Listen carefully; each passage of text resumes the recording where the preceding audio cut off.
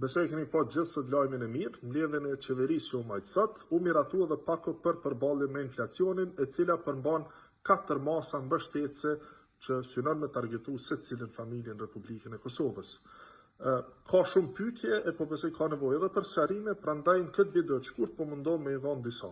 Sa i përket asaj se kur pritet me u bë ekzekutimi, siç e tha dhe kryeministri, pra për pensionistët, pra për pensionmarrësit, si dhe për fëmijët që janë në skemën e shtesave për fëmijë, po synojmë që ekzekutimin e shtesave të njëhershme me e bë në fillim të javës së ardhshme, mundësisht pra para festës së Bajramit.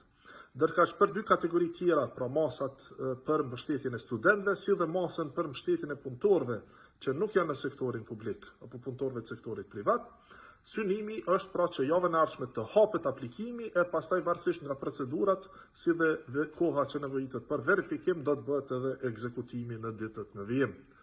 Sa i përket pyetjeve se kush përfshihet, për shembull tek kategoria pensionistëve apo pensionmarrësve kush përfshihet, kjo është ngjajshëm sikurse çu kemi bë në të gjitha herat e tjera. Pra përfshihen përveç pensionistëve të moshës, pra ata mbi 65 vjeç, janë edhe kategori tjera të pensionistëve siç janë pensionet invalidore, pensionet e kategorive të luftës lirimtare, janë pensionet e parakohshme dhe të gjitha skemat e tjera të ngjajshme pra pensionale, sikurse që ka ndodhur pra herave të kaluara, ngjajshëm edhe kësaj here.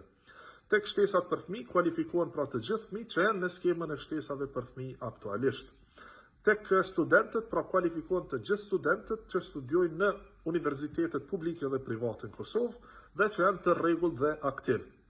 Ndërkaq tek punëtorët e sektorit privat, kjo shkon edhe më gjerë, pra janë të gjithë punësuarit që janë të deklaruar në administratën tatimore të Kosovës, si punësuar, që punojnë në sektorin privat, në ndërmarrje publike apo edhe institucione të tjera të cilat pra nuk janë pjesë e buxhetit. Pra, nëse nuk marrin paga direkt nga buxheti i Republikës Kosovës, atëherë gjasat janë që kualifikohen. Një kriter tjetër shtesë pra tek kjo kategori është që të ardhurat mujore të punësuarit sektorit privat duhet të jenë më të ulta se sa 1.000 euro në muaj në mënyrë që të kualifikohet. Pra këto ishin sa i përket masave, e vlen edhe një kriter shtesë, pra që pavarësisht nëse kualifikohesh në më shumë se një masë për një herë, ty të takon një herë një përfitim. Pra nëse je në një kategori qoftë student e pastaj edhe i punësuar në të njëjtën kohë dhe kualifikohesh për 2 masa, ti bie që vetëm nga njëra mundesh me përfitu.